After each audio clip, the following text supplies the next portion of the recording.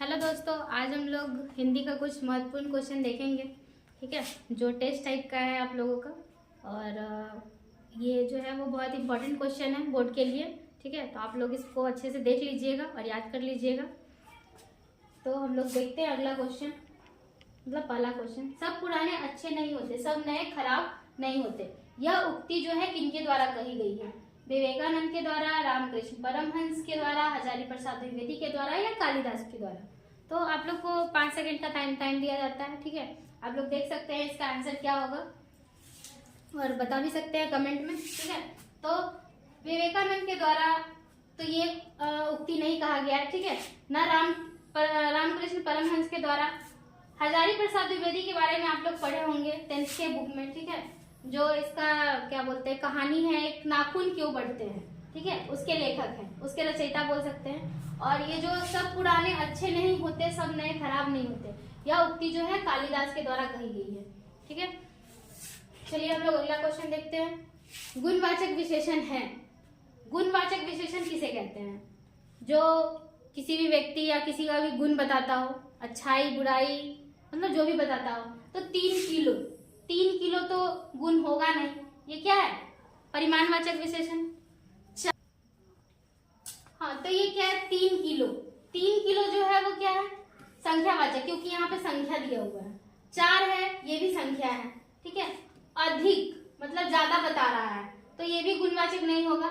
ठीक है, अच्छा क्या है? किसी की अच्छाई बता रहा है। ठीक है, तो ये क्या हो गया? गुणवाचक विशेषण, मतलब उसकी गुण, मतलब उसके गुण बता रहा है कि अच्छा है, बुरा है, क्या है। ठीक है, चलिए नेक्स्ट देखते हैं। स्वर संधि का उदाहरण नहीं है। अब इसमें देखिए, स्वर संधि क्या होता है? 2 वर्णों के मेल से बने शब्द को हम लोग स्वर संधि बोलते हैं। ठीक है, जैसे मतलब क्या बोलते हैं उसको हम लोग संधि विच्छेद करते हैं। ठीक है, जैसे यहाँ पे क्या है? गिरीश, तो हम लोग क्या लिखेंगे? गिरीश और ईश, गिरीश। ठीक है, महेंद्र, मही जोड़ इंद्र, एक जोड़ एक। ठीक है, और यहाँ क्या है? बागपति, इसका जो है वह संधि विच्छेद नहीं होगा। बागपति, तो यहाँ पे क्या पूछ रहा है? स्वर संधि का उदाहरण नहीं है। तो ये क्या है? लास्ट बागपति। बागपति का स्वर क्या बोलते हैं? संधि तो होगा, संधि विच्छेद, लेकिन क्या होगा? बाग, ग, पति, मतलब लास्ट में आएगा ती और यहाँ आएगा प, तो ये स्वर संधि का उदाहरण नहीं होगा। इसके लिए क्या हो जाएगा? स्वर संधि का उदाहरण नहीं है, तो डी हो जाएगा, बागपति। अगला देखते हैं।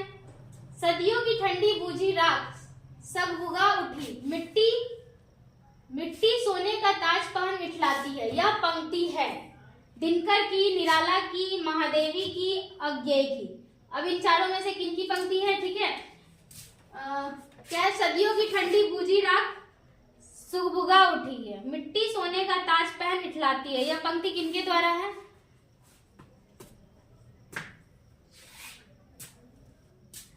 तो यह पंक्ति जो है दिनकर के द्वारा बोला गया है। ठीक है, निराला की नहीं है, महादेवी की नहीं है, अज्ञेय की नहीं है, इनके द्वारा जो है दूसरा है। ये जो है वो दिनकर के द्वारा बोला गया है। नेक्स्ट, पंडित बिरजू महाराज का जन्म डैश ईस्वी में हुआ था।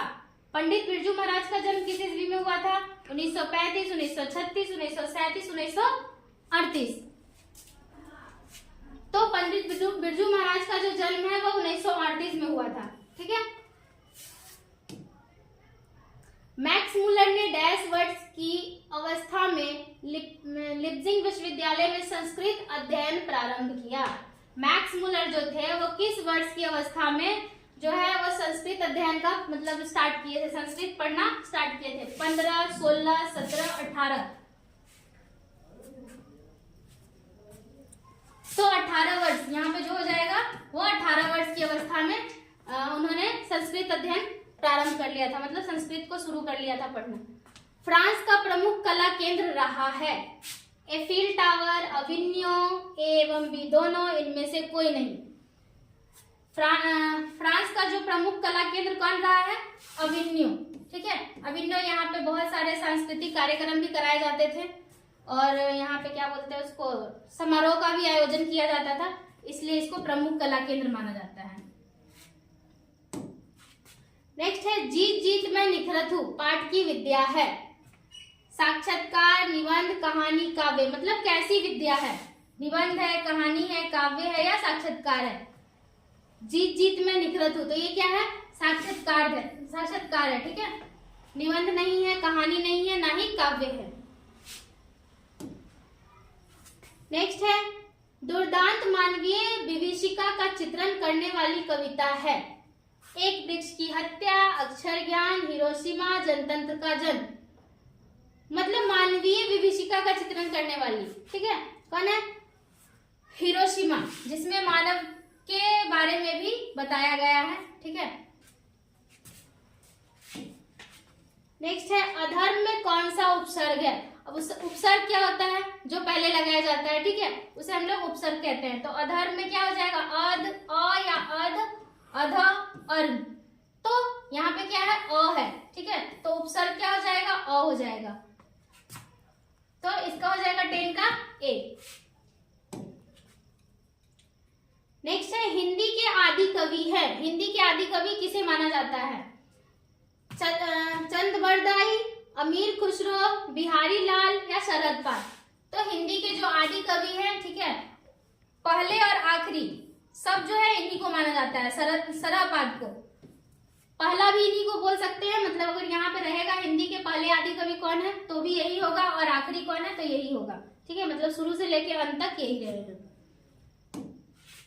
नेक्स्ट है रंगप्पा कौन था, कहानी से है, ठीक है, जुआरी था, व्यापारी था, वकील था या किसान था।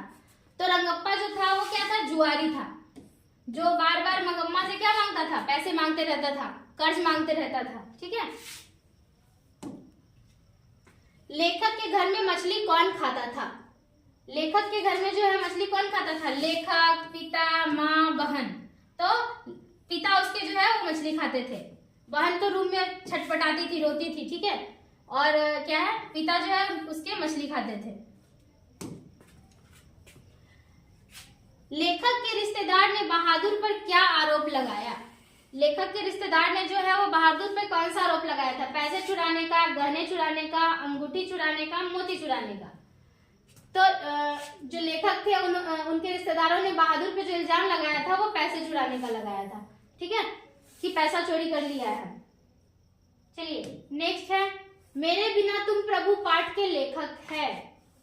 Nalin Bilochan Sharma, Ashok Vajpeyi, Viren Dangwal, Rainer Maria Rilke.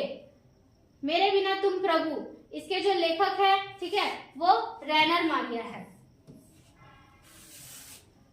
ये नहीं है, ना ये है, ना ये है, ठीक है, रैनर मारिया रिल्के। ये सब जो है आपको याद करने वाला है, लेखक के नाम और जो कहानी का है वो आपको याद करना होगा। चलिए, तो आज का क्वेश्चन जो है टेस्ट वाला यहीं पे समाप्त होता है। अब हम लोग दूसरे टेस्ट की तैयारी करेंगे।